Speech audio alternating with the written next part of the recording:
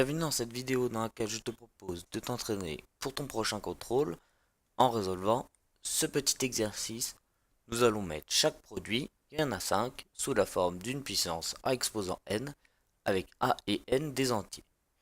Pour cela, nous allons utiliser les trois formules qui s'affichent à l'instant. Ces trois formules, nous les avons vues et nous les avons expliquées dans la vidéo précédente. Je te mets le lien dans la description si tu ne l'as pas encore vue ou que tu souhaites la revoir.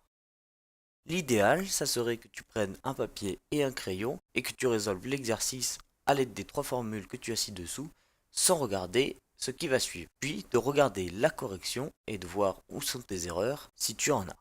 Commençons par le premier produit. Nous repérons une multiplication, nous allons donc utiliser soit la formule numéro 1, soit la formule numéro 2. Regardons les deux nombres, nous avons deux nombres différents, mais deux exposants identiques. Nous allons donc utiliser la formule numéro 2 où les exposants sont identiques. Nous allons donc faire le produit 3 fois 7 exposant 5, ce qui donne 21 exposant 5. Deuxième calcul, là encore nous avons un produit, nous allons donc une nouvelle fois utiliser soit la formule numéro 1, soit la formule numéro 2. Nous regardons les nombres, les deux mêmes nombres, 5, mais deux exposants différents, 10 et 6.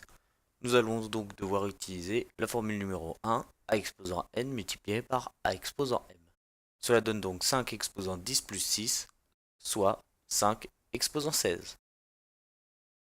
Troisième calcul, là encore nous avons un produit. Nous allons donc une nouvelle fois utiliser les formules soit 1, soit 2. Nous regardons, nous avons deux nombres différents, mais les mêmes exposants. Nous sommes donc dans le même cas que le calcul A, nous allons utiliser la formule numéro 2, A exposant n multiplié par B exposant n. Nous calculons donc le produit 7 fois 2 à l'exposant 2, soit 14 exposant 2.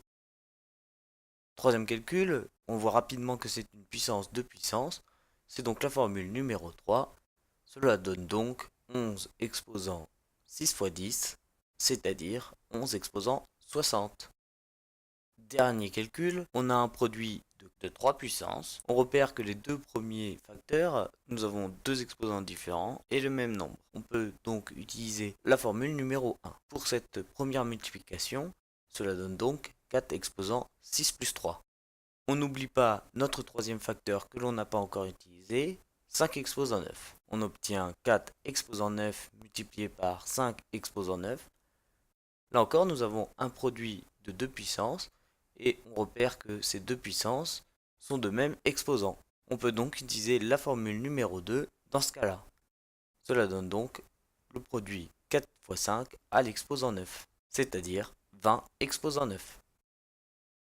Si tu as réussi les 5 calculs, bravo à toi, tu peux passer à la vidéo suivante pour des calculs de niveau intermédiaire. Si tu as des erreurs, prends le temps de bien regarder là où tu t'es trompé et recommence sans la correction. Puis, de nouveau, regarde la correction et vérifie que tu as fait tout juste. Et alors, tu pourras passer aux exercices de niveau intermédiaire. Bon courage à toi, n'oublie pas de mettre un pouce bleu et de t'abonner.